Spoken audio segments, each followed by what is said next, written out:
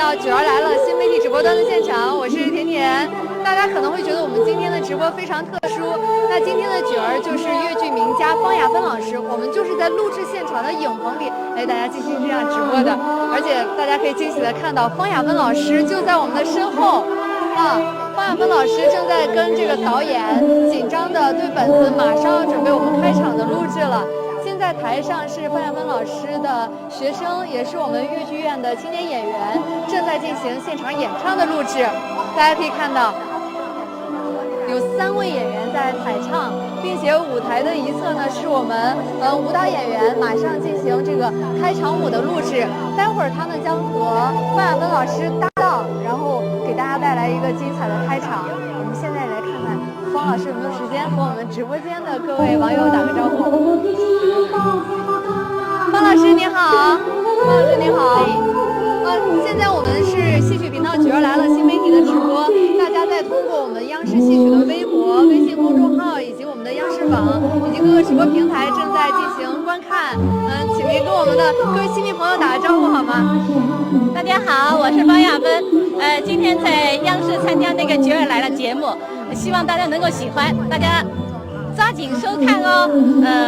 如果过了就看不到了。方老师太可爱了，知道您最近工作也一直特别繁忙，比如说7月6号刚在浙江举办了您的专场演出啊，然后很多新民朋友都发了这个社交媒体、微博啊、微信啊，我们都看到了。对于这场演出，您自己感觉怎么样呢？你说是在那个绍兴的那个吗？对对对。啊，绍兴的是璀璨中华的一个演出，是江浙沪地区的一些名家们群星荟萃。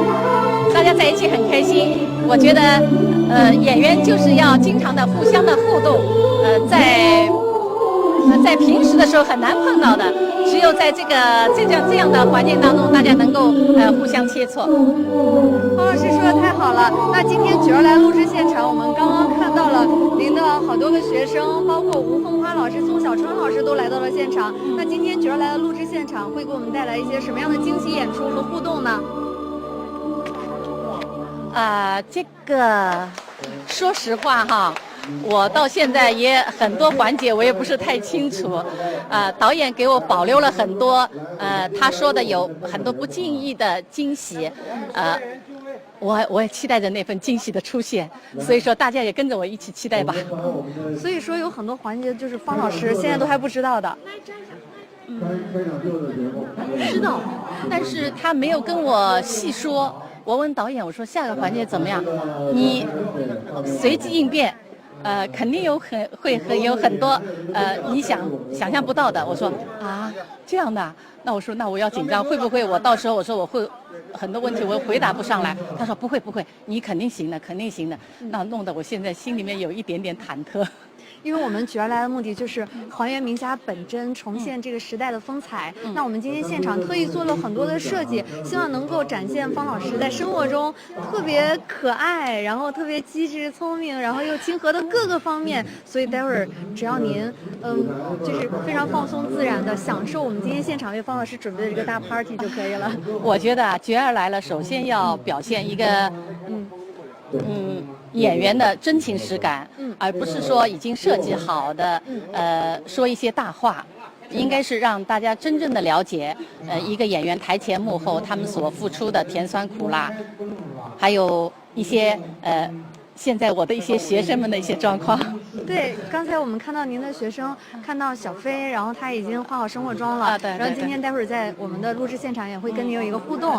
对。那今天方老师有那么多经典的唱段，很多戏迷朋友就特别关心说，虽然我们现在还看不到这个九儿来了节目的这个播出，但是我们能不能预先知道您准备了哪些精彩的唱段呢？反正你们想到的都会有，哇，都有，基本上吧。因为导演他也是非常喜欢粤剧的，他说啊，方老师你没关系，那我们就挑我们喜欢的。我说行，你们喜欢什么你就挑什么。方老师，刚刚旁边导演一直在说邀请您上场，那就先请您上场好吗？方老师加油，加油！我们现在看到方亚芬老师已经登上舞台现场了。刚刚其实，在我们的录制现场的这个楼道里，跟我们的舞蹈演员一直在一遍又一遍的排我们开场舞的部分。现在大家队形已经组好了，我们来通过我们的直播端来先睹为快，好好的看一下我们精彩的开场会是什么样呢？来，舞蹈编导辛苦，跟大家说一下，简单说一下。今天方老师和我们的舞蹈演员都是这个旗袍的造型啊，舞蹈演员手里拿的都是鹅毛扇。方老师手里拿了一支玫瑰花。地平关。地平关。地平关一下。现在大家看到就是我们角儿来了的录制现场。测评的人把地平关了，好，关地平，准备啊。还走一遍是吧？先走一遍就换了。来，我们先不带干冰走一遍啊，来，音频，准备。3、2、1。大家平时在电视里看到的都是最精彩的一面，但是在我们的录制现场会有一遍一遍的彩排，会有各种的准备啊。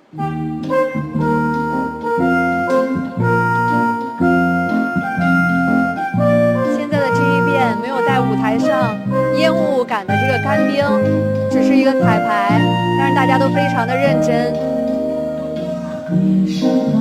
而且看到我们的摄像老师以及我们现场的滑轨、摇臂，在央视800平的演播厅。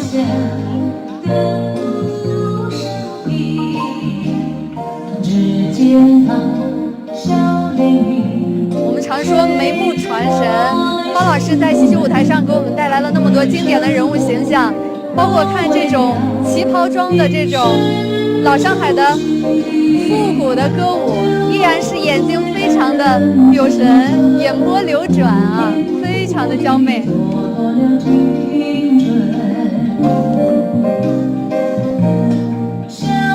大家会觉得方亚芬老师的这些身段动作都非常熟悉，其实也是粤剧的一些身段动作。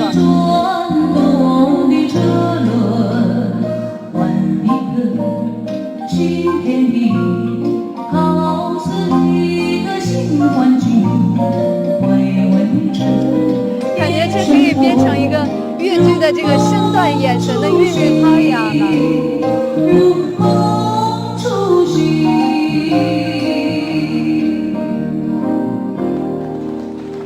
这就是我们待会儿录制现场要进行的一个开场，而且到时候我们的录制现场会有干冰的这个烟雾的效果，肯定是非常精彩的啊。现场还可以看到我们的观众都已经就座了，并且现场有很多块屏幕。那待会儿我们直播间大家网友提出的一些问题，也就是我们的大家现在所在这个虚拟观众席，也会在我们观众席身后以及身侧的大屏幕上来滚动的出现。大家对于方老师的各种各样的问题都可以尽情的问出来，待会儿我们会选择其中的一部分来登上我们的大屏，并且请方老师来现场回答。也希望大家踊跃的在我们的直播间留言，也感谢大家能够这么近距离的跟方老师来进行交流。现在方老师跟我们的导演组正在紧张的对戏当中啊。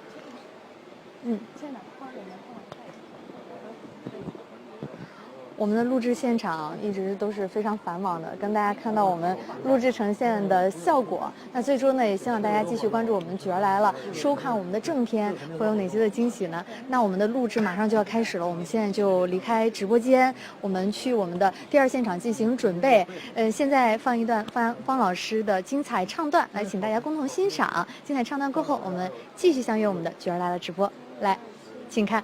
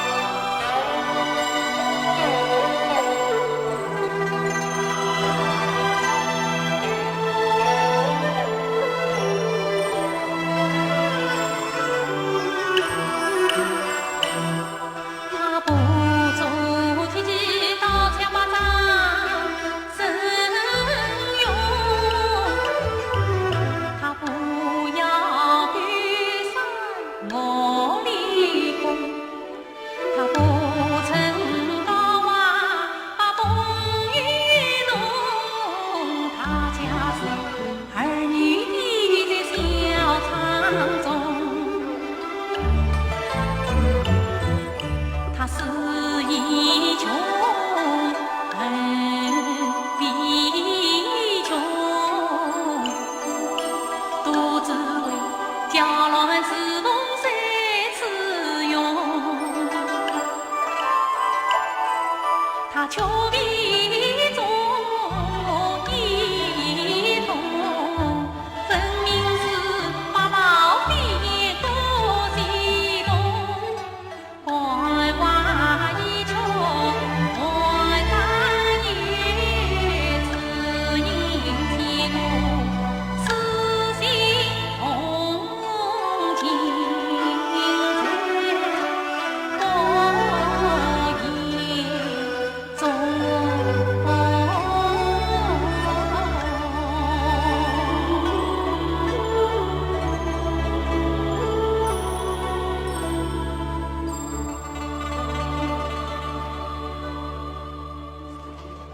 123，123。大家好，欢迎收看我们角儿来了新媒体直播端的直播，我们精彩继续。刚刚大家已经在录制现场看到了方亚芬老师的这个风采，那我们今天的直播间呢，稍后也有请到了吴凤花和孙小川两位大咖来跟我们进行直播互动。那首先呢，大家看到两位非常漂亮，而且很多戏迷朋友都很熟悉的青年的越剧演员，同时也是方老师的这个学生，也是我们的同事啊。首先来跟我们直播端的各位网友打个招呼，并且自我介绍一下，好不好？好，直播间的各位网友大家好，我是来自宁波市小百花越剧团的原派花旦徐小飞。明显。直播间的观众朋友大家好，我是来自杭州越剧院的原派花旦张露萍。欢迎小飞和陆平，欢迎两位来到我们的直播间。我们知道今天两位也会出现在我们角儿来了的录制现场。今天会给我们带来怎么样的演出呢？今天会给大家带来一个小节目，就是我们大家准备了唱段，送给大家。大家准备了唱段，因为我们刚刚在录制现场已经看到有这个3位青年越剧演员，然后进行这个带妆的这个彩唱。对。但我看两位化的是生活妆，所以就是不是那个彩唱。对，我们不是彩唱，清唱。对，我们是3个学生是彩唱，是《西厢记》一段。然后还有我们这3位没有，还有一位是徐来，我们3位是不带妆，是演绎我们原派非常经典的几出戏，是祥林嫂，然后是玉清嫂，还有一个是文嫂，就是唱段，只是唱段，是比较经典的3个戏，三嫂。三嫂也是，但是我看两位都非常年轻啊，都是80后。80后，因为我们就说很难看出一个越剧演员的这个真正的年龄，因为在舞台上大家都是少女，而且在生活中感觉也是少女气十足啊，感觉唱越剧，就是永远在台上饰演少女，自己有怎么样的心得和体会吗？跟自己生活中真实的性格反差大吗？应该还蛮大。两个人相视一笑说，我要不要说实话呢？我觉得，比如说我吧，我觉得我是舞台上跟台下他们说是完全不同的2个性格。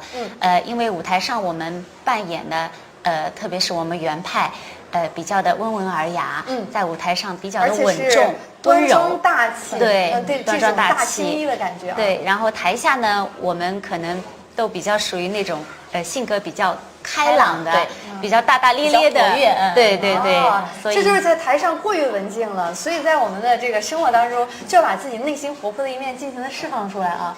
我们刚刚见到方老师，很多戏迷朋友都说，方老师怎么那么可爱呢？怎么那么青春呢？感觉她生活中也是一个少女。对，你们跟她私下里的接触，她是这样的吗？是真的是这样的，老师在台下。特别是跟我们学生，比如说我昨天在录音吧，在录音棚，我就觉得，哎呀，在录音的时候我是丝毫不敢怠慢，就是，都是老师坐在那边，然后我就觉得自己心理压力特别大，然后哪里唱得不好，老师就说重来，就是特别的那种严肃。就老师面对艺术，他是很严肃的一个人，然后一点都不能出差错的那种。但是他在生活当中真的是非常非常可以说是比我们还活跃。真的，他是一个非常幽默的人，而且就是在平时一点都没有那种。有什么特别幽默、这个搞笑的小故事吗？搞笑的小故事啊，太多了是吧？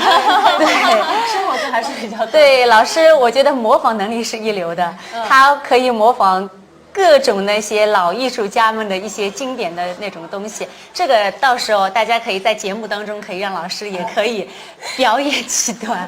那这样吧，就把这个任务交给小飞了。在节目现场啊，就说那个方老师，你看在生活中，特别是刚才在我们的这个化妆间，大家都是欢声笑语不断的。那今天，给方老师。爆个小料，因为我们方老师特别善于模仿各种老艺术家，对，而且在舞台上，方老师塑造各种形象，从这个大家都非常熟悉的《西厢记》里的崔莺莺，到林黛玉，到薛宝钗，到祥林嫂，贾宝玉，甚至对，可以说是跨度非常的大，从少女到薛宝钗和林黛玉和贾宝玉3种的这个变换，到大家都非常熟悉的这个命苦的祥林嫂，可以说一个好演员一定要是特别善于模仿的啊。对，那这个我们就非常期待了。小飞，这个任务能不能给我们完成？我不敢。没事，今天来了现场，你得到我们网友的支持，对不对？那现在我们网友就是真的是想看这一段的，一定要给我们打出来，我们待会儿就在现场，我们把这个请求，老师看到别批我，我们上大屏幕。这是我们网友也提出的一个请求，说不要说是我。哦，网友一定要备注一下是徐小飞老师。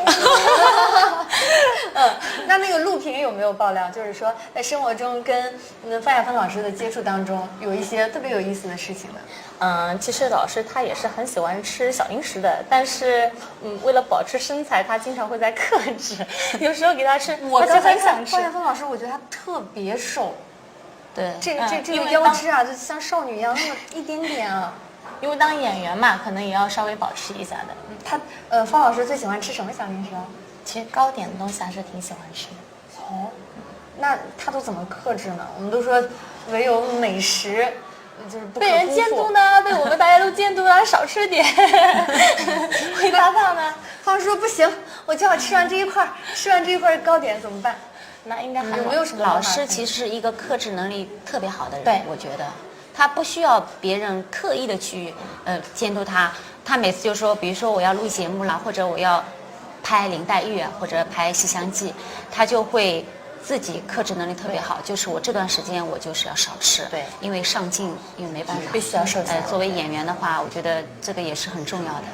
关于这一点，我真的非常理解。很多网友就说了，为什么那些明星啊、女演员啊，甚至是戏曲演员、主持人，你们就能那么好的瘦身？你们怎么坚持的？因为我们平时就是根本就管不住自己的嘴嘛。其实我想说的是，太简单了，因为有大家的监督。很多时候，比如说，就像我们今天角儿来的录制，甚至我们新媒体的直播，监督一个人最好的办法就是拿面镜子给他看。我们回头再看自己好多片段的时候，就反复的看到。多了5斤肉的效果，保持苗条的效果，就是它这个作用一直在强化，事实上是一个很有力的监督。所以大家如果真的想要这个瘦身减肥成功的话，不妨请身边的亲朋好友常年的给我们来拍摄照片、视频，然后来反复加强这个刺激，对不对？对。因为我看2位也是非常的苗条啊，在生活当中自己有什么保持身材的这个小妙招吗？或者心得呢？我是真没有，我很会吃的。怎么？他们说这个7分吃3分练啊。平时在这个饮食习惯上有什么偏好吗？饮食习惯我真的还没有说特别的去，因为我什么都要吃。我是不去戒任何东西的，也是没有什么东西不要吃的。你说什么都对，有说服力。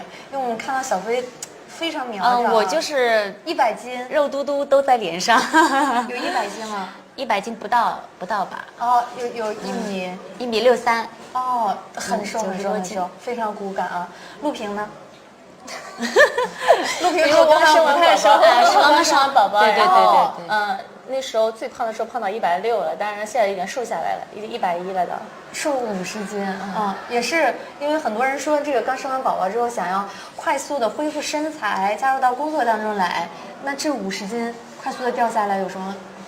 就是因为平时在家带宝宝也会累一点嘛，然后那个吃的话稍微注意一点就会瘦下来。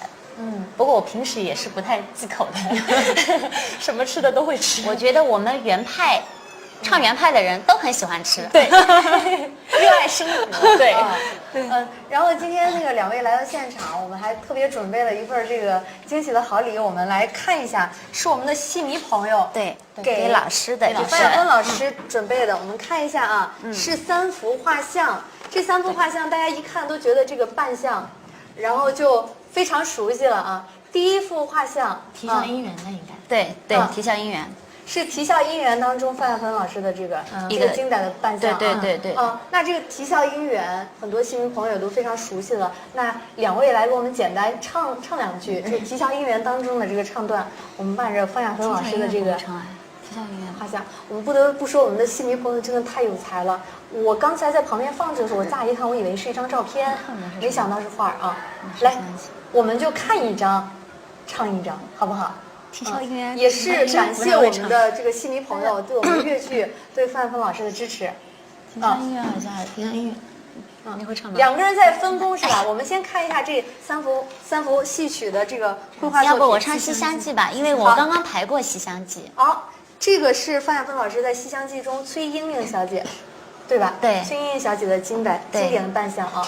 那我就小飞唱2句啊。那我唱几句那个情心吧，大家熟悉一点。好，莫不是不要得宝鸡玲珑，莫不是群徒的换杯叮咚。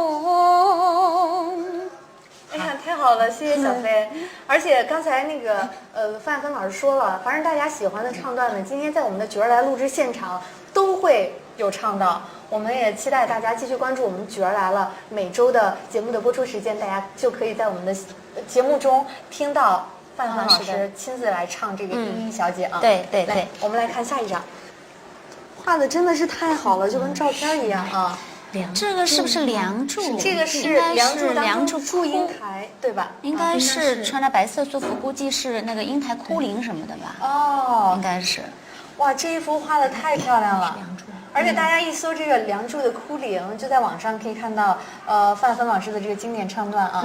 这个陆平来给我们唱2句好不好？啊，梁祝里面的唱段。梁祝啊，都可以，你看前面罗太会前面几句吧。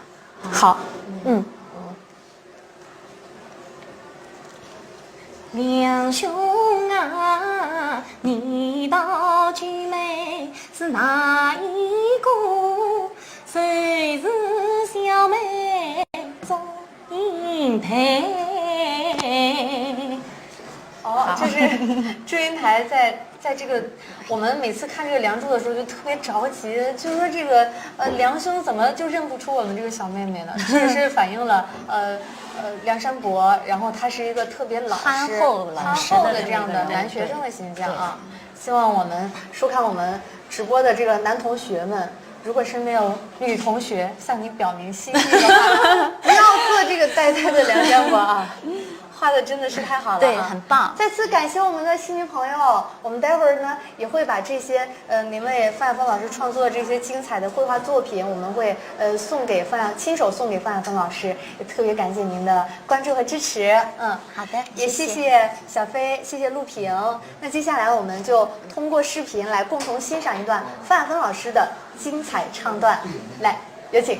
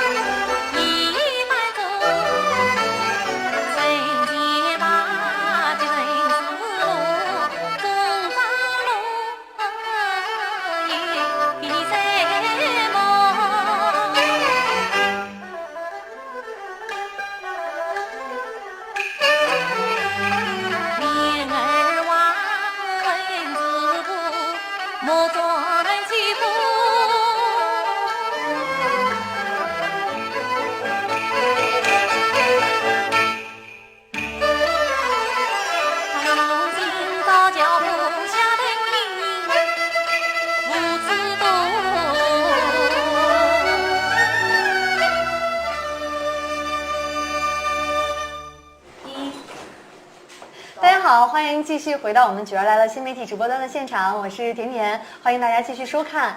而且大家会惊喜的发现，我们现场来了2位大家都非常熟悉喜爱的大咖，欢迎著名的戏剧表演艺术家吴凤花老师，欢迎你好，你好，越剧表演艺术家。对，然后欢迎著名的这个京剧表演艺术家宋小琛老师，欢迎，欢迎2位，真的是太开心了。但是见到2位大咖，我就不由得有点紧张。他们说站在他大师身旁，每个人都会散发气场。我是真紧张。其实我知道宋老师，我没想到我会跟他这么近的近距离坐着聊我们的粤剧，我还真紧张。您不应该紧张，真的紧张。您是主要的嘛？没有，宋老师，其实是我们有过就是多次戏曲晚会里面参加过，但是真的是因为了粤剧聊我们的戏曲哈，第一次，真的是第一次，真的。而且是这么近的近距离，因为在后台我看到这个宋老师和吴老师2位应该是很熟悉的，熟的，对，在工作生活各种场合都经常遇见。对，因为吴老师是我非常崇敬的一位粤剧名家，对吧？因为他是粤剧小生，我是京剧小生，粤剧女小生，你看多帅！吴老师今天特漂亮。对，而且吴老师的发型特别的帅气，特别飒。你看，然后一进来，你看在舞台上以后，你看舞台上整个完全变一个人，就那个光彩，特别。照耀着很多观众，他有粉丝很多，上万啊，这上千的，每次吴老师有很多演出都是戏迷跟着他走。其实我说到底，我觉得粤剧作为地方剧种来说，无论从观众的受宠面，还是从我们从观众的年龄角度来说，我们也在慢慢的走向年轻化。当然，老观众毫无疑问，我们还是一直是。伴随着我们粤剧的成长，那么随着现在的市场竞争之后，我觉得各大院团都在努力的，就是做好传承与发展这个工作。真的，特别是现在不但是有很多这个经典的剧目都在各个剧院轮番上演，而且每一种剧种大家都发展出了自己独特的新剧，而且在这个舞台上，小生的形象都是特别受观众喜欢的。还有，其实说到底就是粤剧，粤剧从题材来说，小生花旦相对来说，小生是比较受宠的一个行当，小生的分量比较重，对，可能跟我们的题材有关系。就是我们说，就是偶像剧里的男1号。对，因为作为女小生来讲，在粤剧当中是一个非常明显的一个特色。是我们是男的唱男的，跟女的唱男的，那分别很大。是因为他们要表达出来一种男性的特征，女人身上的一种男性特征，我觉得比男人演男人更有味道那种感觉。所以说，我们要学你们男小生真人秀身上的那种阳刚之气。粤剧从这个剧种来说，我们女小生希望是刚柔相济。是，但是你们有你们洒脱的一面，有自己刚柔的一面，所以粤剧要改成，我个人认为啊，还是看女小生，比较协调一些。我自己感觉啊，当然可能很出来很多像赵志刚啊、徐标新啊这种是用男生唱粤剧的那个小生，但是我觉得从历史上来讲，过去从历史上传过来的粤剧小生就是由女人来演唱的。粤剧女小生呢，从本剧种的题材来说，占着一些优势。但是我觉得粤剧男小生，如果说让我演现代戏的话，我就觉得底气不足。因为从现代题材来说，让我女小生去反串，我失去了古装剧里面那些先天的优势。一定程度上就觉得有点扬短避长。所以说，粤剧男女合演，尤其作为近几年来说，也创作了很多的现代题材。所以说，粤剧男小生，还是有它独特的。如果换成我就不轻易去碰现代戏，我心里有压力，我心里有阴影。因为现代戏它的分量比较重，是的，表达能力啊，跟他演唱的方法啊，跟那个传统京剧、传统粤剧还是不同的。是的。那吴老师我们也知道，现在一直在从事这个教学工作，并且担任这个校长。那您在教学的过程中，面对这个粤剧它现代戏它的一些改变，那您觉得现在大家最要关注或者说粤剧要发展的问题是哪些？那首先我觉得我还没有，我是正儿八经的还在舞台一线演出。那我在团里是走在前沿阵地的一个业务骨干，是小生的领军人物。我是剧团里面本剧团里面的业务骨干。但是从我团队的发展，也是从剧种的发展来说，我在本剧种里面我是属于中生代。像今天那个主角方明星，他就是属于我师姐这一辈的。我呢就是如果说按论资排辈来说，我呢要比他小一波。但是因为各个院团都在竞争，或者说去努力去探索我们粤剧的演出市场，也在探索粤剧新时期粤剧的发展的一些题材。所以各个院团，我作为一个业务骨干来说，也在做我自己一些该做的事情。无论从题材的拓展也好，青年演员的传帮带也好，包括市场的探索，粤剧在来看。嗨，花海小超老朋友了，老朋友了，大家。我们角儿来了新媒体直播的现场，刚刚正跟吴凤花老师以及宋小昌老师我们聊得正热络了，两位都在聊这个戏曲舞台上的小生在粤剧和京剧当中的一些相同和不同的地方。但是我们觉得最相同的一个地方，就是在舞台上永远青春，永远是少年。而且我们网友有一个特别好的问题，就是说，这个戏曲演员，特别是粤剧的戏曲演员，怎么能在舞台上还有生活中都保持一个这么青春这样的冻龄术呢？我们特别想请两位老师来回答一下自己的冻龄秘方。好啊，吴老师，这粤剧很年轻。我们戏迷朋友特别熟悉的。但是您在舞台上感觉永远是18岁的这个。如何让自己更年轻？我觉得就是学戏的人，他有一颗年轻的心，充满朝气。我们天天在练气，天天在唱戏，练戏相当于是练气功。我觉得唱戏就会健康，唱戏越来越年轻。是这样，对。因为舞台上的感受跟我们自己的人物的塑造是分不开的，因为比如说我们是唱小生的，要年轻，要潇洒，特别是遇到这种像方明星这样的，是这么靓丽的美女，就控制不住那种发自内心的一种心情，那种合作的方法，对不对？哎呀，小川老师，方亚芬是我们在他们在剧院排那个《秋色渐浓》的时候，那个曹志进导演担任这个戏的导演，我是副导演，跟他们相识了很久，在粤剧院待了很长时间。方亚芬这个聪明啊，这个伶俐呀，这个对艺术的执着，特别感动我。而且方亚芬也是非常潇洒的一个人，活得很坦荡，也大大方方、干干净净、直来直去，这种性格特别喜欢。我觉得我们那个明星姐，她身上是给到我很多，她叫我姐姐，乐观向上的这些我所身上欠缺的。所以说跟明星姐姐合作也是一次。刚才姐姐说到明星姐姐，一边说啊，我们一边拿出了一个，就是我们今天，特别是我们的戏迷朋友送到现场为方亚芬老师创作的这个戏曲妆面的这样的作品，一共有3幅，而且每一幅都是方老师的经典的扮相。大家可以看到是祝英台，方老师的祝英台，拿着方老师的崔莺莺，方老师在这个啼笑姻缘当中的扮相，永远都是对。青春永远都是这个，我跟他合作过。这是2位啼笑姻缘，对，啼笑姻缘，对我演的沈凤喜跟阿还有一个经典代表作是《玉清嫂》，是吧？对，玉清嫂。玉清嫂，哎呦，当时轰动极了，这戏非常好。方亚芬老师呢，就是你别看他平时啊大大咧咧的，生活的非常潇洒，但是他演起戏来跟他人物性格是台下是完全相反的，这就是好演员。台下是个什么样的人，就活得很坦荡自如啊。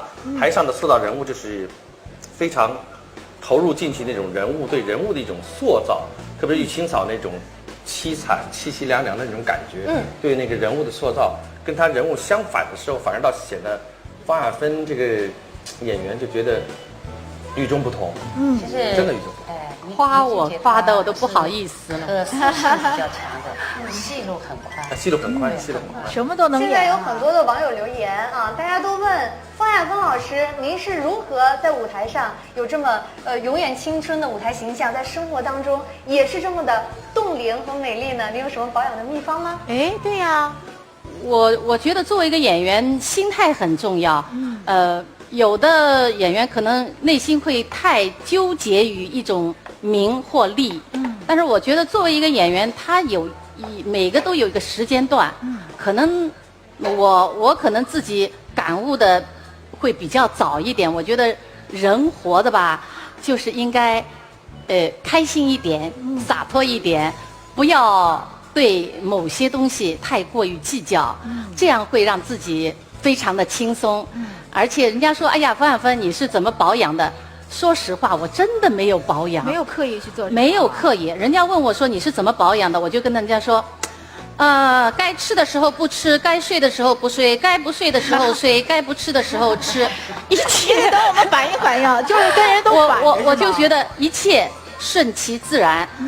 还有一个就是要保持一种良好的心态，相由心生吧。我觉得心态好了，什么都好了，有什么困难都可以过得去。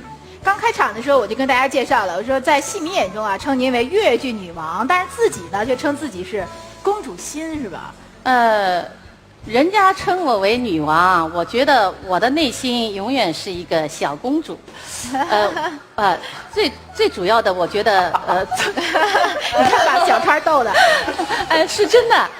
我觉得年龄不是问题，我觉得自己的心态永远，因为我们在台上一直在演的那个少女的形象，16岁、17岁、18岁。如果我自己平时一直是一种非常沉重的心态的话，那我要在舞台上面表现年轻的人物的时候，你就会跟这个人物不相吻合。我觉得我心里面一直有一个非常年轻的心态，包括我看到的事物，看到一些演员们的穿着打扮啊，还有一些色彩方面，我都觉得，哎呀，我怎么还会有时候自己自嘲自己，就是哎呀，我怎么还会有这么年轻的一种感觉？可能这是我心里面一直藏着一个公主心。说自己都不好意思。我觉得也特别支持啊，所有人的心态都永远要保持一种年轻。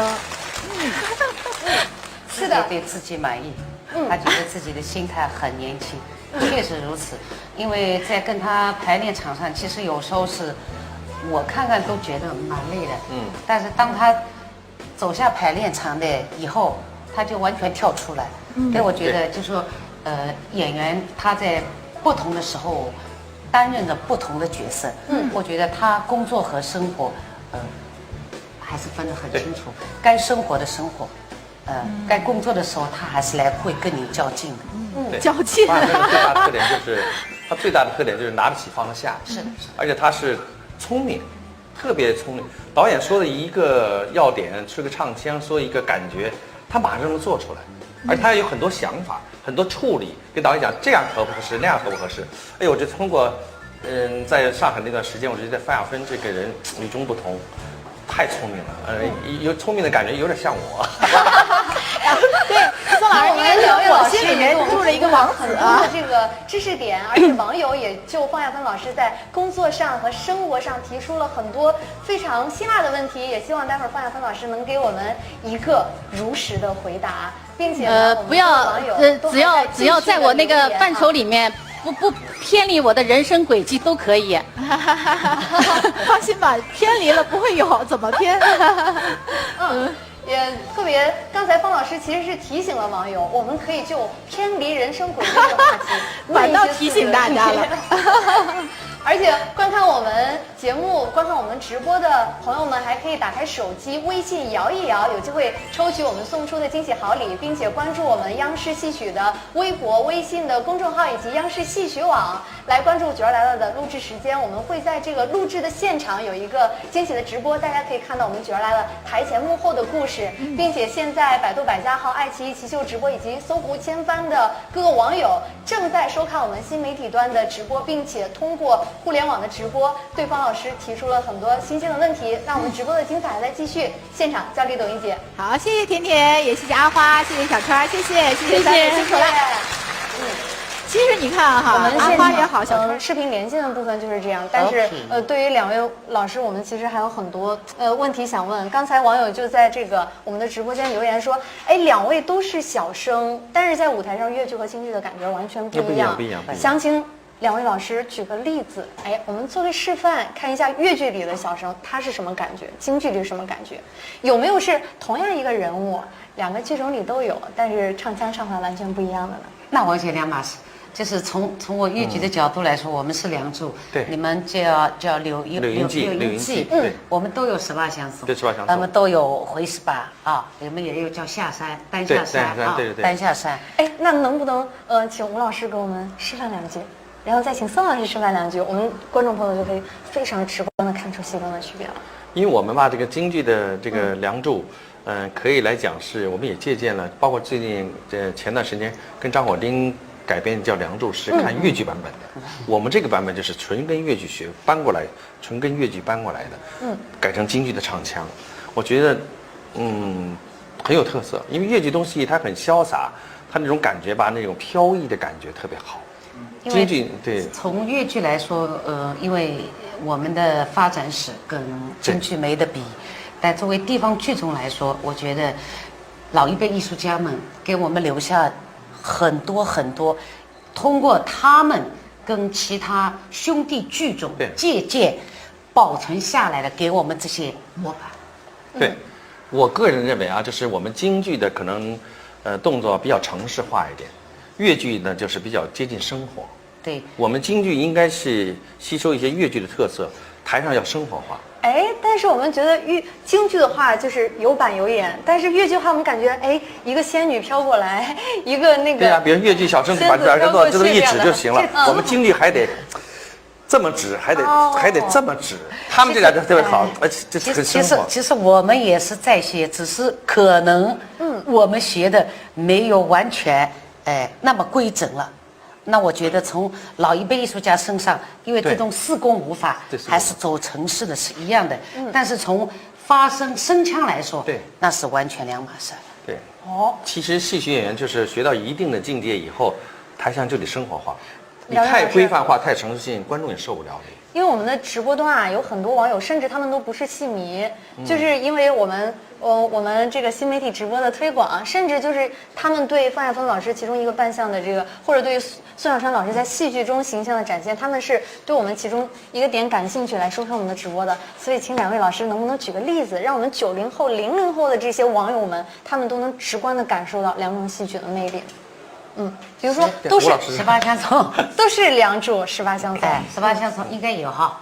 有。我唱4句。好，唱4句好。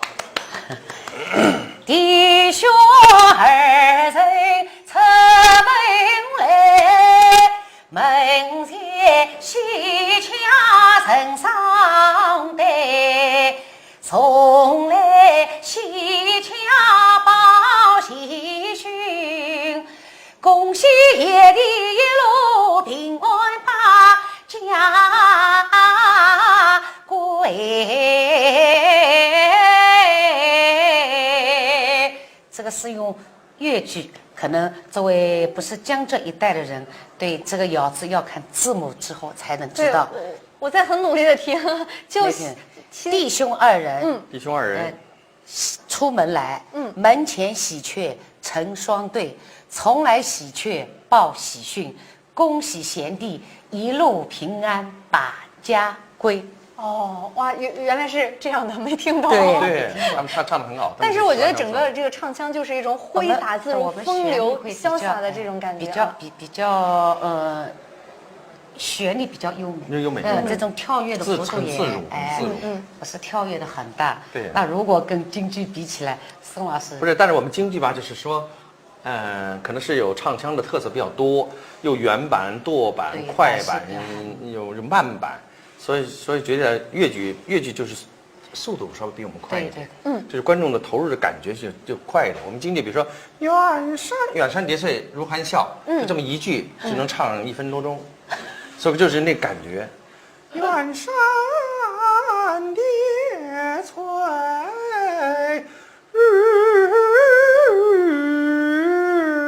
含笑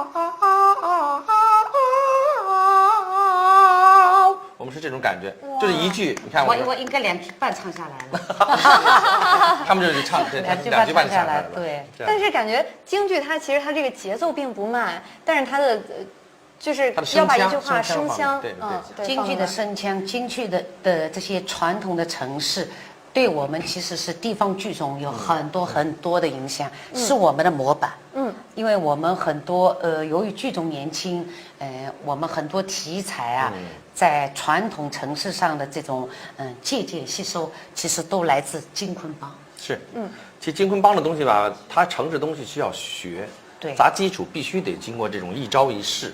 对，但是演到一定程度以后，演员到一定的修养的时候，化为自己的条件。就这梅兰芳说过那句话：“学武者死。”不要说梅兰芳怎么演，我就必须得这么演。梅先生说：“不要这么学我，你有你的特色，我有我的特色。你根据你的特色去把我的艺术学位在你的身上，变成你的艺术，就是成功的。”就比如说吴凤花老师特色，我要死学吴凤花老师，我是失败的。那说宋小川像吴凤花，那就错了。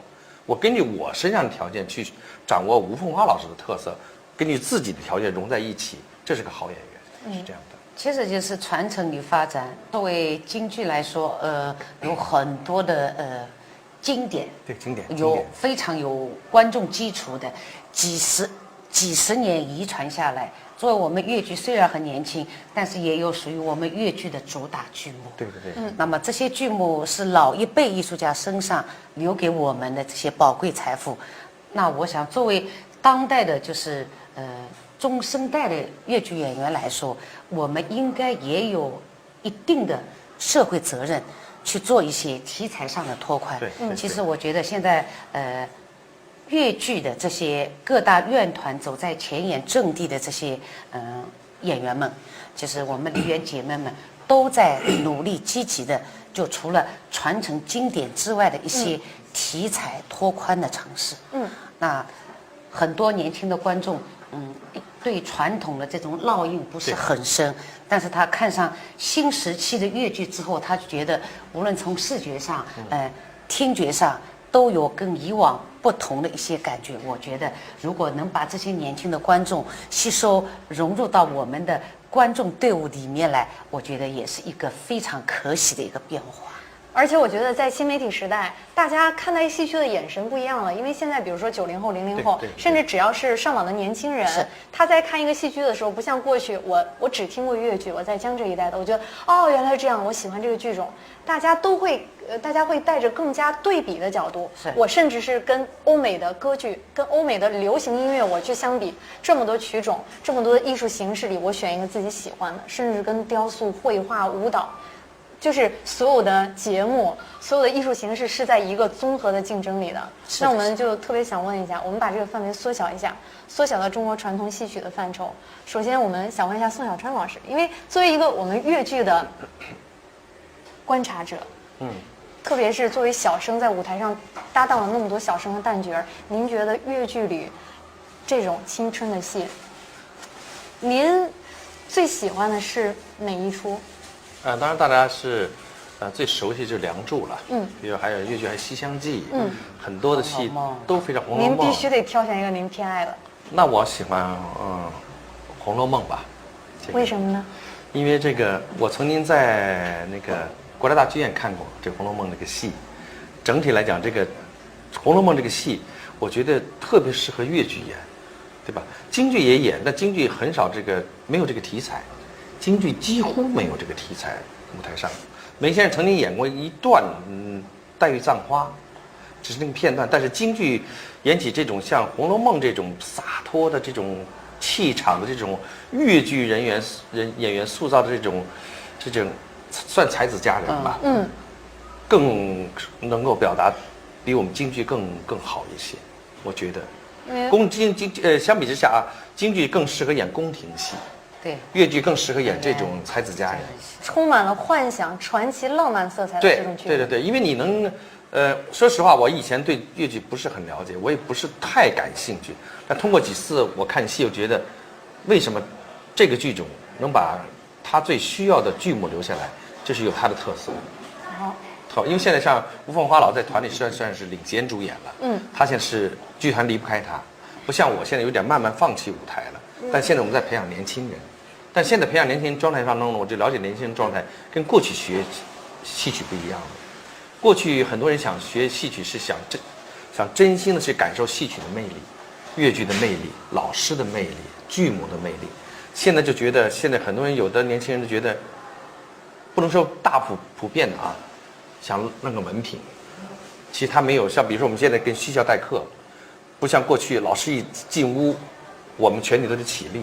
现在老师给孩子起立，孩子一进屋，老师我起晚了，我还没吃早点，去吃早点，就这种状态，就是有这种现象。可能吴芳华老不知道这个学校有没有这种。吴老师也有这种遇到过这种学生吗？学校里面的尴尬，因为新时期的孩子们想法不一样。对，因为他现在有代沟。就是那种现在都是孩子，就是独生子啊，有这些觉得，进了屋以后觉得他是想学戏曲，但他觉得把这个对老师的尊重没有像过去我们尊重老师的那个状态。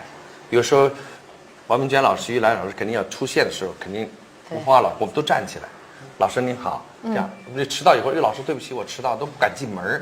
现在年轻人。老师等孩子学习，学这一声，老师我要喝口水，喝水，老师我上厕所，上厕所。现在过去都是我们都憋着，我们哪敢上厕所，都是这样的。因为好不容易找个比如吴红华老师我们请来了，多么好的机会，我们把握这个1个小时去好好学习。现在不是，现在稍微。小时候老师说那叫功，对，也要憋，也叫功。课堂上憋功。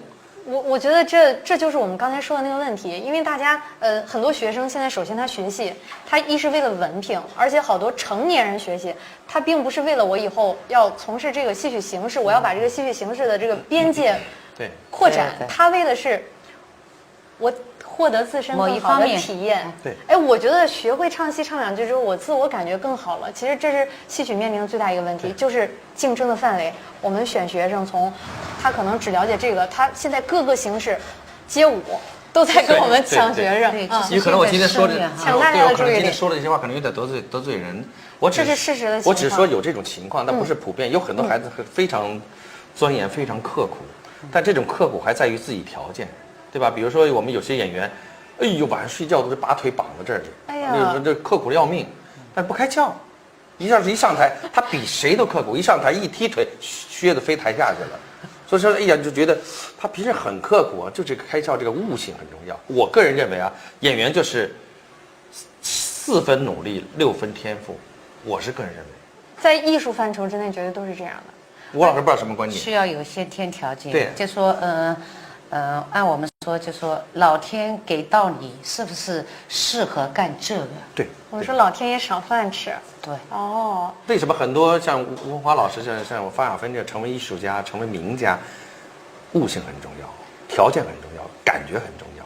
有些人死学到头，就给我们上研究生班，几百个人、几千个人上研究生班，没有几个出来的，没有几个成为名家的，没有几个成为角儿的，所以就这个道理。就是他达到这个境界，天才机遇啊，都很重要，对，这个一定要组合。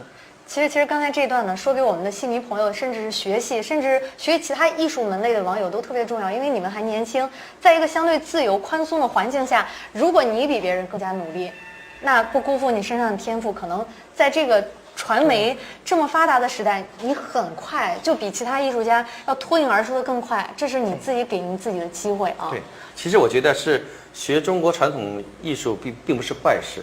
现在很多影视界的明星都是蒋雯丽，不是什么蒋勤勤呐、什么马雅舒啊、秦海璐啊、于荣光啊，都是过去学过戏曲的。对，戏曲的底子厚，改什么都好改。你为什么这个我们拍大杂片说这郭宝昌说，斯琴高娃郭宝昌那什么谁那个陈宝国什么，你们必须得懂京剧，学京剧，才能感觉到戏曲当中的一种节奏，不管是什么艺术。戏曲当中的节奏是任何电视剧、影视达不到的。哎，宋小川老师在这个电影《霸王别姬》可以说是华语影片的这个经典和高峰里面，就是指导张国荣他的化妆和唱戏的。张国荣之前也没有学过戏，没有学过，没有。那为什么他就是唱的那么好？那个包括网上流出的这个教戏的视频，感觉他那个身段他一学就会呢？他是因为可能香港他这个培养人才方面可能看得多、见得多、全面，再加上张国荣悟性太强。哎呀，他是一代天才啊！太强，这个悟性，包括我们接触很多影视，比如陈晓东啊、王力宏啊，这些港台的影星啊，就是跟大陆的演员来讲，他们可能感受老一代的影星里边的这人中龙凤啊，对他们可能感受的东西更快一点，这样的。哦，这样的他们可能就是过去他们可能就是见的比较多一点，对但是我们现在这些演员当中更出色的也很多了，因为现在都改革开放了，见的也多了，像现在很多演员交流机会比较多了，接触。所以说，一个人的天赋、一个人的见识、一个人的功夫，这是一个很综合的因素。来自多方的组合，真的是缺一不可。我们刚刚那个还是大家都非常关心的话题，包括我们刚刚是孙小川老师从一个很专业的观察者的角度说了一下他对于粤剧舞台上这个才子佳人，他最偏爱的是《红楼梦》。对，吴老师，您可以说粤剧的经典戏，您每一个都唱过太多遍了。我们现在就要您第一反应，您最偏爱哪一出？您最喜欢的哪个角色、哪个戏？因为我觉得粤剧应该要用里程碑来分开。我不能说我自己主攻的流派不好，我也同样喜欢我其他的粤剧的其他流派，但我觉得粤剧100年之前都属于经典剧目。经典剧目，对。这一期都是我的模板。那你要从近几年，我们从徒孙辈、学生传承的角度来说，我觉得浙江、上海，包括福建，这些都有粤剧团存在，都在做一些积极努力的尝试。从地方剧种的角度来说，我觉得粤剧跟河南的豫剧一样，我们还是有较大的一个演出市场。你要是让我偏爱哪一个，其实我演的每一个我都是我喜欢的。对，我不喜欢我创作不出来。跟你说一定要到最爱，还真没到最爱，因为我没有传承到最好。吴老师，俗话说得好，手心手背都是肉，但是手背上肉没有手心的厚。其实吴老师不好意思讲啊，其实每个人个性不一样。比如说像我喜欢演悲剧，悲剧最有戏。我觉得您在生活中是一个非常乐观，而且对别人非常友善的人。人是这样的，演员也是这样的，台下乐观，台上是相反的。吴凤花老，比如说，你看现在平时很稳重，台上演起东西来，也许是他一种特色的一种反差。比如说吴凤花老师塑造很多艺术形象，粤剧戏迷都知道。但是比如说你问他具体喜欢哪个，他自己说不出来。他只是在哪个剧种当中、哪个人物当中，怎么塑造的角色更深刻、更用心。你可以这么问我。阶段性的这个来说，其实我觉得，应该是2012年的时候，我那时候跟粤剧院单阳平，就是演了那个虞美人，就是虞美人，对，《霸王别姬》。那时候梅葆玖先生来教我们那个双剑，双剑。那我在想，对我来说这是完全是零的突破。粤剧界里面可能女小生演楚霸王还真没过。然后当然我也不能像京剧那样，我完全脸谱化。然后兰陵老师把我的造型从粤剧的小生这个行当里面又加以夸张，我这个眉是贴上去的。服装也重新对，服装也是很沉。但是因为我的那个配戏的单阳平，杨平姐个子比我高，那我必须靴子增高。然后导演杨导在排练过程中，从舞台构图上，有时候我可能处高一点位置，我上台阶，杨平姐在下面。所以在排练的过程中，那个2-3年时间里，那我就觉得特别爱楚霸王，这个人敢爱敢恨，爱也爱得死去活来。难受，他也是自己一个爷们，自己在呜咽，内心在呜咽。我觉得特别喜欢。然后过了一段时间之后，我进入到一个创作过程当中，我又跟那个人物接近。但是这些人物呢，因为从我的艺龄来说，我还没到很成熟的阶段，所以说我每个人物都喜欢，这是有阶段性的。而且从粤剧这个剧种来说，要让更多的人接受传承经典剧目以外的剧目，需要历史积淀，对，还需要我们一代一代的人去不断的揣摩。所以你听出来了吧？吴凤花老师喜欢那种自己创作的人物，就是一种创新的人物，自己去体验的人物，自己去突破，找一些尝试的一些。这个是有就是内心有潜质的人，有一定修养的人才敢突破，没有底蕴的人一般不敢突破的，是这样的。真的，导演给你这个作品在你面前的话，你没有底蕴的话，你自己都哆嗦；你有底蕴、有想法的话，觉得我自己想突破它，你一定会有信心，会有感觉，会有自信。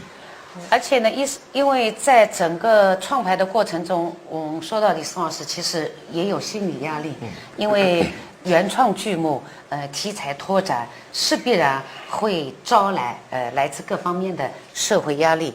但我觉得从剧种的发展、流派的发展，我觉得应该是做一些有机的尝试，先尝试一下，这不行，回来嘛。对对，因为这些经典的剧目永远在我们那个面前，这些宝贵资料永远在。我创新了之后，我现在重新来演绎《梁祝》，我重新回到孔雀，我可能多了一种理解。我在想，老师为什么那个时候要把这具枪设计成那样？他为什么气口要这么处理？自然有他的道理。这些原创剧目里面，这些枪气口是由我来唱的。但是很多人就觉得少了一点点，那我重新回到经典里面去唱《孔雀东南飞》这句导板，老先生为什么要把这个气口放在这里？一定有他道理。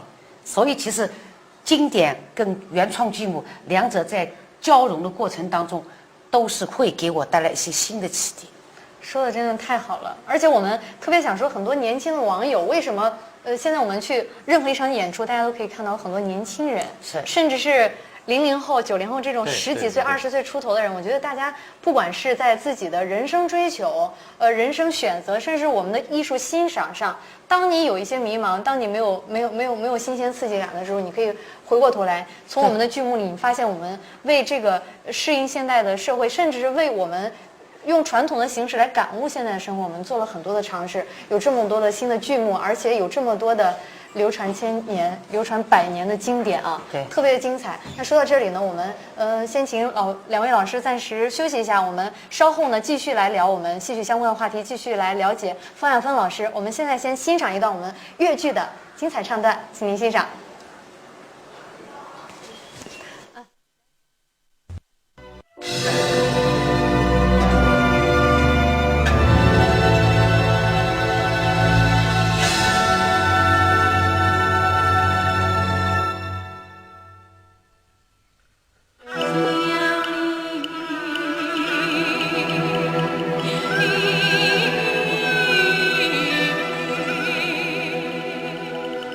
啊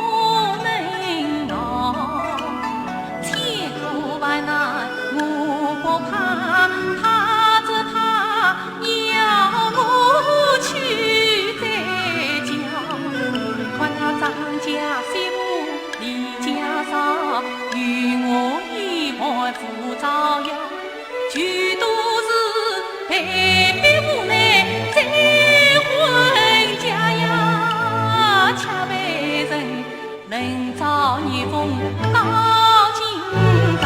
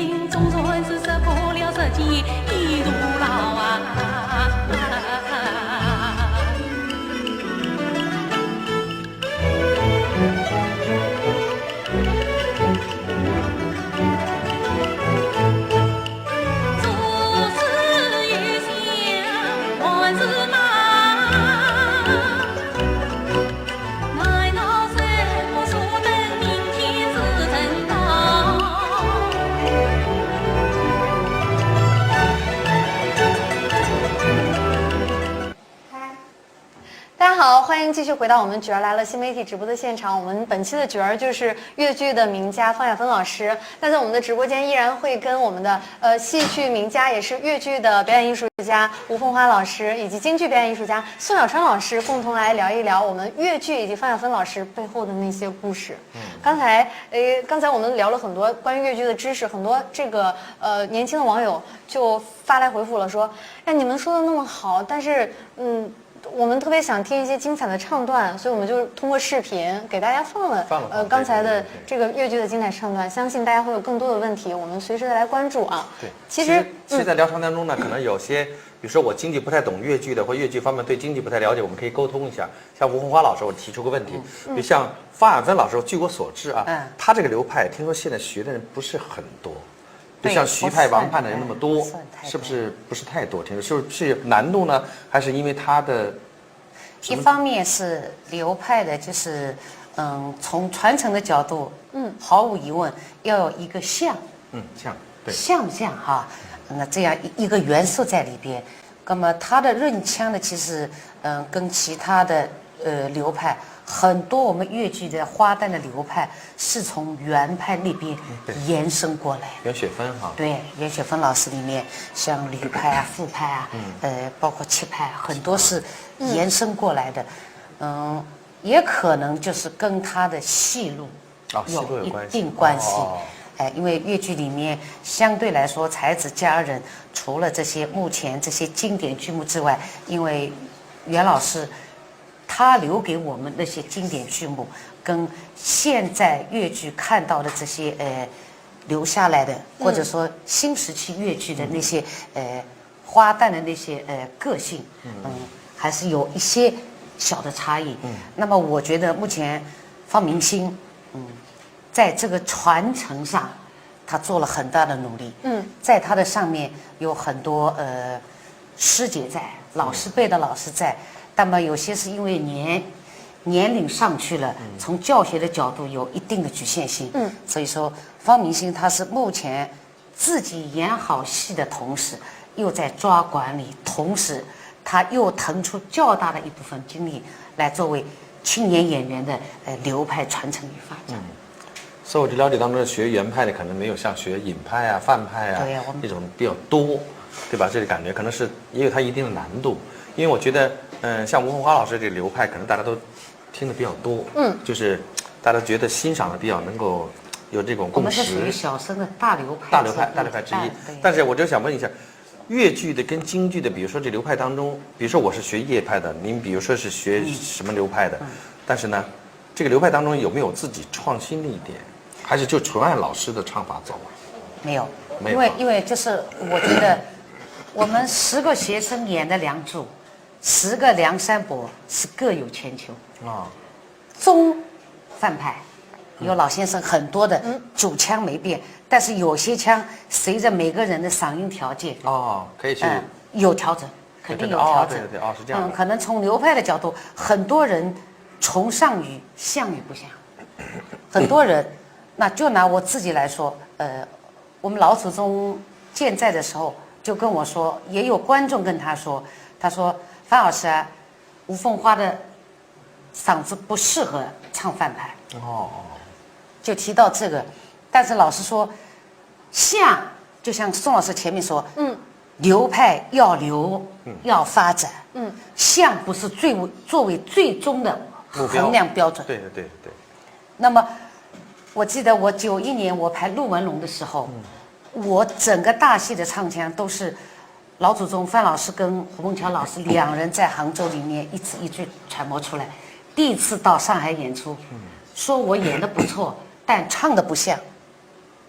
也是从像这个角度说，对，从范派的角度说，演的不错，唱的不像。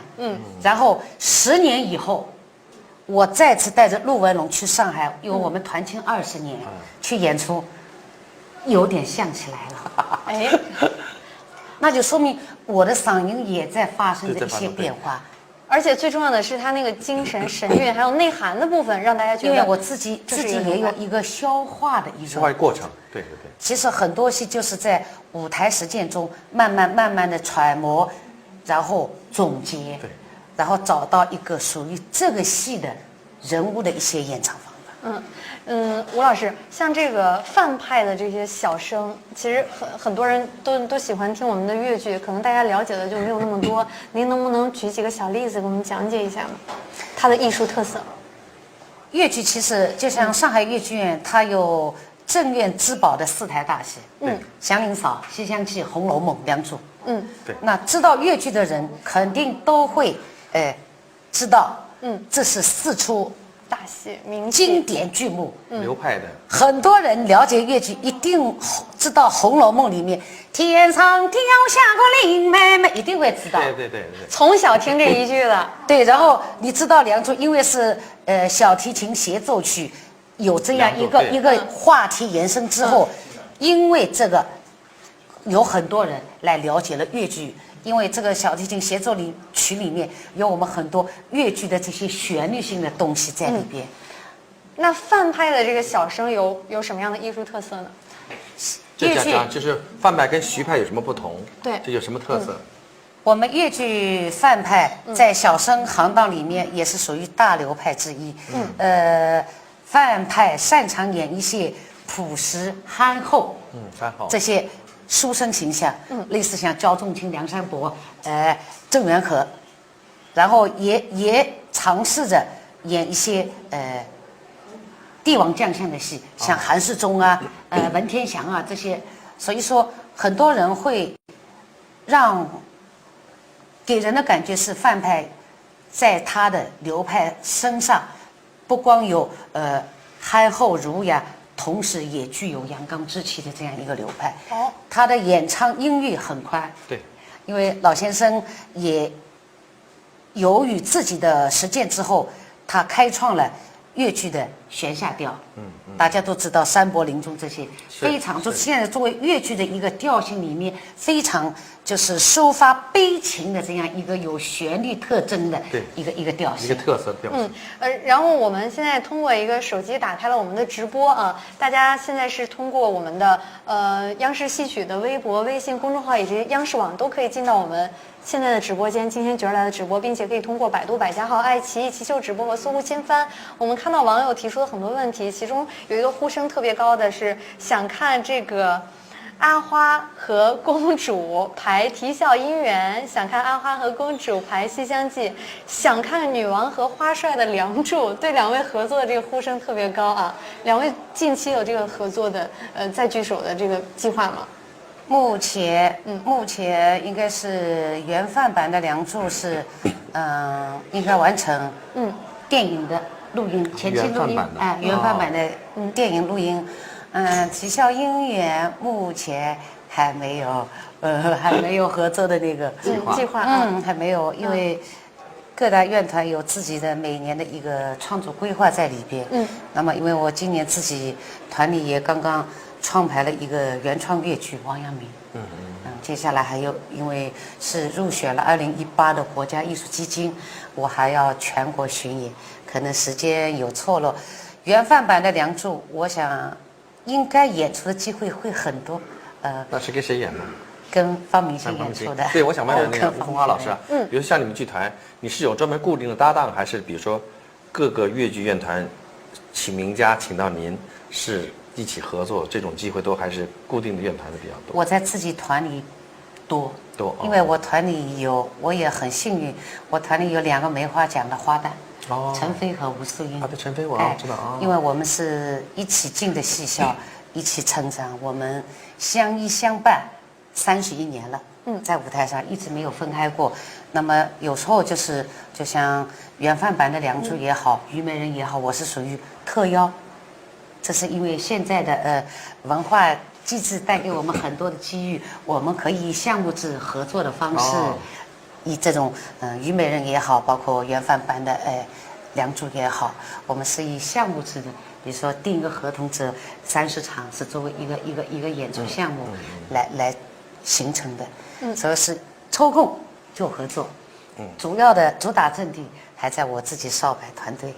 对，比如吴老我还问你问题，比如说啊，在合作当中，你比如唱女小生的，在合作当中有不同的流派，比如说跟你演这个《红楼梦》也好，《西厢记》也好，就跟我唱《白蛇传》时，我演许仙，程派的张火丁，梅派的史一红，荀派的谁，我都合作过。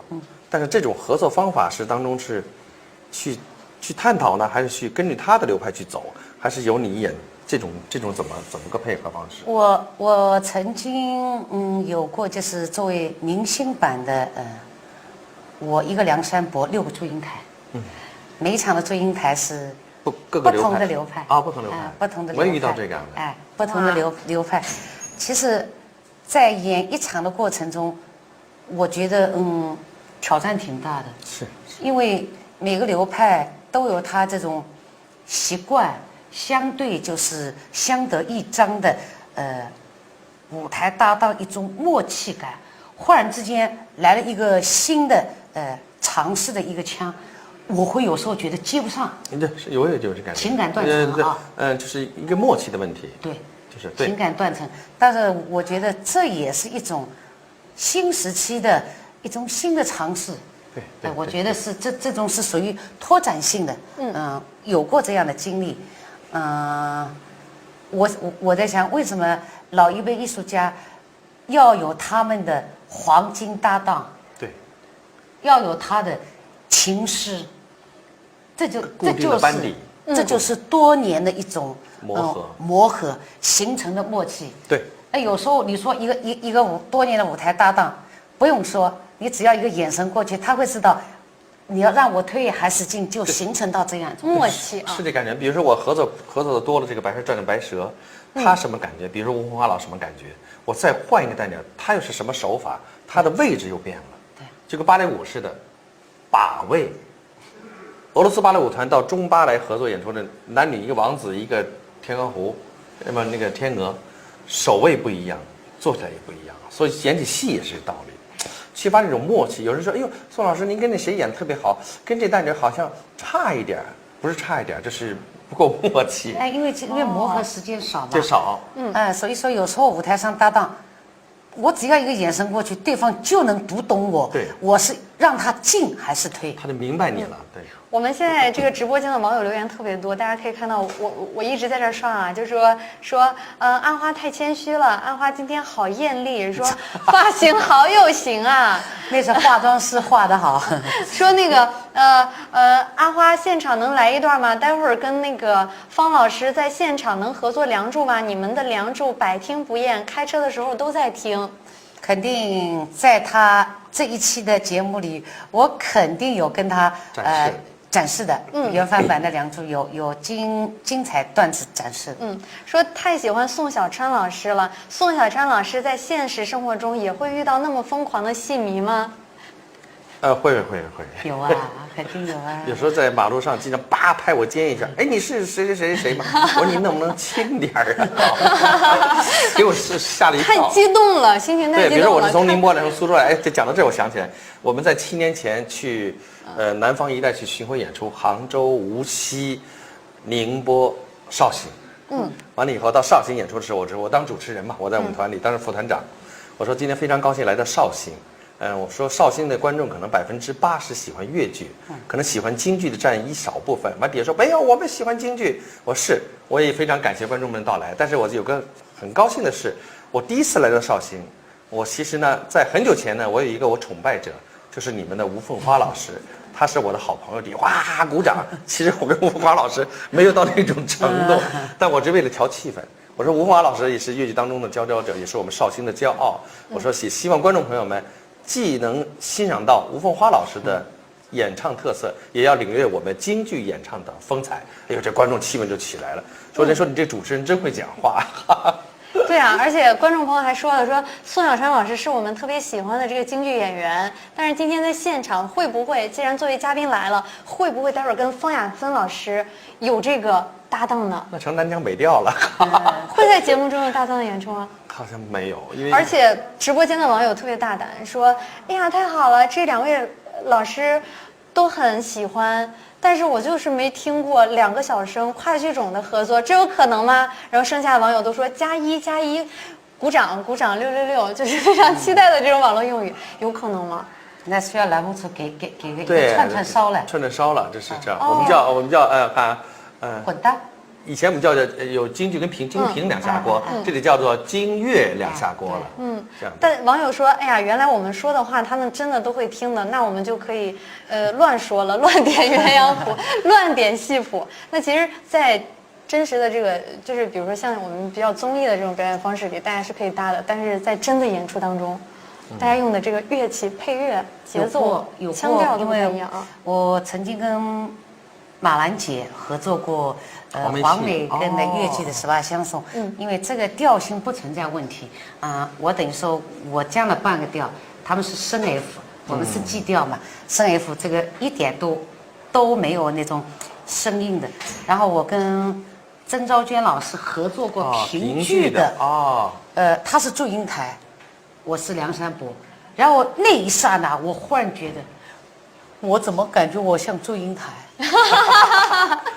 那就是剧种的差异，完全不一样的感觉了。特别激昂，对，剧种的差异，啪一个呛上去，粤剧，他的实际上那个调粤剧非常是那个比较那个，啪又下来了，柔情似水的感觉。我在想，哎呀，我那一刹那，我个头也比曾昭娟老师小，调他也嗓音都比我好，忽然之间我就觉得我变祝英台了。这就是剧种之间这种混搭的出现的这种艺术效果。那吴芳老师，我这样了，我今天普及一下粤剧啊。我通过在粤剧团待了一段时间，我特别喜欢粤剧，就是我就觉得从坐办公室的行政演员的女演员，女办公室的行政演员都是细条翩翩起舞的感觉。宋老师，您已经把所有京剧办公室的这个女工作人员得罪了。我们就比较粗犷一点，京剧比较粗犷一点，粤剧。这是其实南北性格的差异啊。一种很，我到这个就是感觉到这个粤剧团的就是一种美的享受，就从感觉上啊。那比如说我现在了解了，比如吴凤华老师唱范派的，赵昭阳唱尹派的，对，钱惠丽徐派，钱惠丽徐派，张瑞红也是徐派。瑞红姐是我师姐，范派。她范派。范派。那现在我们直播间说，让我们再插上想象力的翅膀，在我们今天直播的最后，还请2位老师进行一个大胆的设想。先从吴老师开始啊。如果你不考虑任何现实的因素，你觉得你最大胆的想象，未来50年、100年，甚至200年之后，粤剧能做到一个什么样奇幻的场景，是你非常期待的呢？完全大胆的想象，因为我觉得当下新媒体的出现，我们也许会去尝试穿越吧。怎么穿越呢？也许台前这一半是古代的，那一半场景，我换成这种现代的网络世界里面的这种穿越性的也有可能。我们到时候这一半的观众是我们宋朝的观众，这一半的观众是我们2100年的观众。因为我觉得呈现方式会不一样，不一样。因为这是新媒体介入以后，很多的我们这种舞台的样式感，因为我觉得现在是多媒体介入之后，很有可能，这是作为一种实验越剧哈。哇，我觉得是一种实验越剧。其实我想过啊，因为越剧东西吧，它非常流畅，非常洒脱，非常自如。我觉得有些地方可以跟舞蹈借鉴在一起。我想过这问题，包括以前你以后设想的一种神话剧，比如说《追忆》也好啊，《碧波仙子》也好啊，这神话剧当中穿插了一些美的飘逸的东西，丝绸的这种纱的东西，我觉得特别好。京剧东西就是比他们越剧难在哪里？它城市东西多，规范东西多。不是说越剧不规范，就说我们可能就是这种东西多，这种东西多。固定的这个城市化，它的这个因为是特别成熟的剧种，对，所以它的这个讲究就更多。那我们现在也给京剧插上想象的翅膀。您脑海中，您的想象空间里最大胆、最天马行空的想象，未来的京剧是什么样的？我就想未来京剧就是还是回到它最传统的东西，这是它的价值。你京剧再改良的话，它几千年、几百年的历史，它离现代差越太远了。越剧东西它有生活东西，它跟现实东西能够接地气，有些个别地方能接地气。表演方面啊，唱方面，有些观众就觉得能够随着能进去。京剧就离得我们现实东西太远了。所以想从脸给京剧谱上面，从扎靠上面，从这工架方面，就是大家像欣赏一种什么很尊贵的一幅画一样。你真的把它是这几千年以后、几百年以后变成很生活化，那我觉得就不是京剧了。我觉得京剧还是走向那个殿堂艺术，殿堂艺术这种欣赏，去敬仰它，去欣赏它。不像它有些地方，你真的要走入生活当中的，就跟现在我们京剧进校园一样的，你真的把孩子们叫在一起勾脸谱来的，哇，打完给孩子吓哭了。这有点，就是这我没想象过，就是这个京剧改良、改革、创新这方面，难度太大。但其实我是觉得京剧它是作为一个京昆是作为一个艺术的模板，这就是可能作为我们传统文化也戏曲一个教科本式的。对。但是我觉得就是地方剧种，我刚刚所说的是所谓的遐想的这种未来的戏剧展示的一种呈现方式，我们可以穿越，我们可以搞越剧的音乐剧，也可以，对，都可以多元化的尝试。但是就是未来的戏曲发展，就是还是要认祖归宗吧。对。这是两位老师非常共同的一个观点，就是戏曲它之所以作为一种大家都这么喜欢、这么有生命力的文化，就是在于它本质上的一些东西，比如说我们的城市化，比如说我们的唱腔，比如说我们的流派，如果没有这些东西，它也就不能够称之为一门独特有生命力的艺术了。对，因为我们不管是越剧也好，京剧也好，观众走进剧场是欣赏你来的，他不是跟你娱乐来的，他是欣赏你来，去静静的去欣赏你的艺术，去崇拜你的艺术，去感受你的艺术，所以他对你是一种这种眼光去走入剧场。我们不是说为观众服务，是可以这么是可以说是为大众服务，但是我们面对的还是观众在剧场上去聆听我们的一种表演。现在演播室留言说，可以单独把我们戏曲的这个声腔，把它服务观众的话，可以做声腔培训的这个课程，唱腔培训的课程，还可以说这个戏曲的大家的舞台上的姿势，可能这个网友是一个刚刚接触戏曲的朋友，他连身段这个专业的术语还不太熟悉，把这些都单独做成我们这个健身教室的课程就好了。我们也想学一点，我觉得这以后可能是一个轻戏曲服务生活的一个方向。对、就是我们把其中的元素摘出来。从这一点讲，比如说从戏曲演员的坐姿，戏曲演员很少有这样的。那都怎么做呢？你看女孩都是这么做，就是她有一种做法。包括你看吴红华老师，他老是这样，他跟你聊天要这么做着不得啊，那不是演员，他得有他自己坐姿。对，颈椎也好，我们戏曲演员为什么很多老先生都爱这样的，颈椎是直的。为什么老这么？你看很少有戏曲演员就这么下来的。